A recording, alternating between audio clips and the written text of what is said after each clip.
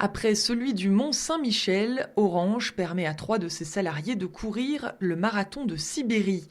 Avant de s'envoler pour Omsk, nos 3 coureurs passionnés et motivés s'entraînent dans les entrepôts réfrigérés de Sofrilog à Trappes pour habituer leur corps aux moins 30 degrés de la glaciale Sibérie.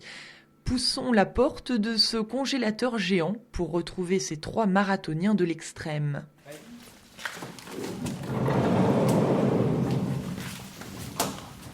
Je suis Bertrand Guinet. Il se trouve que 2 des 3 compères qui partent pour le marathon de Sibérie sont dans mon équipe. Donc je viens ici par curiosité parce que c'est quand même assez étonnant de voir des personnes s'entraîner dans un congélateur.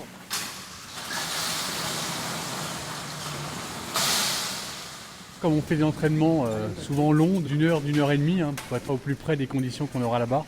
On alterne les exercices. Grégoire Galievski, je travaille à la direction des programmes. Donc la course à pied, c'est bien parce que ça permet de conserver les pieds au chaud. Alors que le vélo peut faire qu'on se refroidit. Je travaille à la direction technique d'Orange en tant que responsable de solutions sur les projets de suite de communication.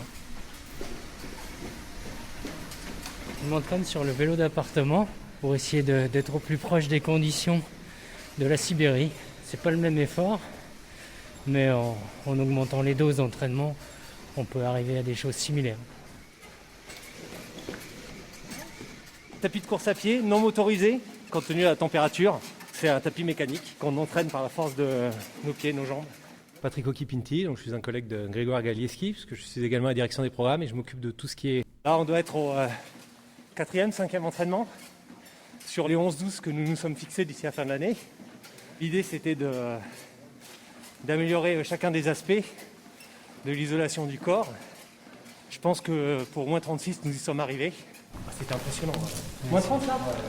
Ouais, quand même. Avec l'humidité, les échanges avec la température extérieure de l'entrepôt. Donc ça fait un peu froid dans le dos, mais autrement ça va à peu près. On a des équipements spéciaux, pas de coton, parce que ça garde l'humidité, et des habits qui laissent passer la transpiration quand même, avec à la fin une couche coupe-vent, bon là, et une cagoule, ouais, parce que les oreilles et le nez, ça peut vite geler. Pas besoin de grosses chaussures de ski. En fait, les pieds bougent toujours, et des baskets, ça suffit. Pour les mains, ça va aussi. Avec des bons gants, 2 paires de gants quand même. Ça s'appelle bien le marathon de Sibérie, si ce n'est que dans sa version hivernale, c'est un semi-marathon. Contrairement à la version estivale qui est un marathon, mais qui se fait à 26 degrés, au-dessus de zéro.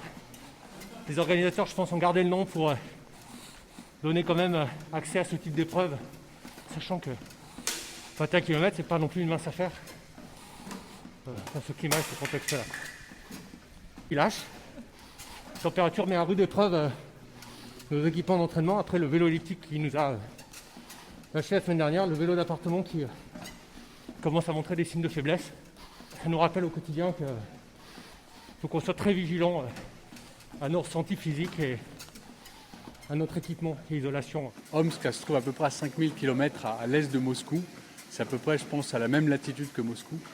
Une temp 40 degrés. Donc moins 40, c'était des conditions extrêmes qu'ils ont eues en 2001. Moins 30, des conditions qui sont plus régulières. Donc un démarrage à 13h pour pouvoir bénéficier de la lumière du soleil, parce que le soleil se couche tôt en hiver là-bas. Dès 16h, c'est la nuit.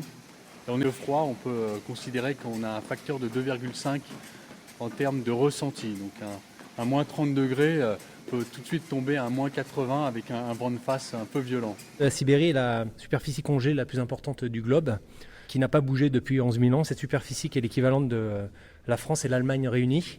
La fonte donc, du permafrost, qui est la couche de glace assez profondément ancrée dans le sol, va dégager probablement plusieurs tonnes de méthane dans l'air, ce qui va contribuer à accentuer le phénomène de réchauffement climatique et ce qui va nous amener dans un cercle vicieux. Et effectivement, le réchauffement climatique pose des problèmes à la population parce que les maisons qui sont construites sur du sol gelé, quand le sol dégèle en été, ce qui normalement ne doit pas arriver, et les maisons sont détruites, ce qui fait que les populations sont obligées de migrer. Voilà, donc des graves problèmes de migration des populations dus à ce réchauffement climatique. Un grand merci donc à Orange Passion de nous soutenir, bien entendu à nos managers qui nous encouragent et qui nous accompagnent dans cette épreuve. J'ai envie de dire également à tout le personnel de sécurité du site d'Orange Village, à qui on fait faire des va-et-vient pour accéder au vestiaire tous les mardis ou jeudis ou vendredis lors de nos séances d'entraînement.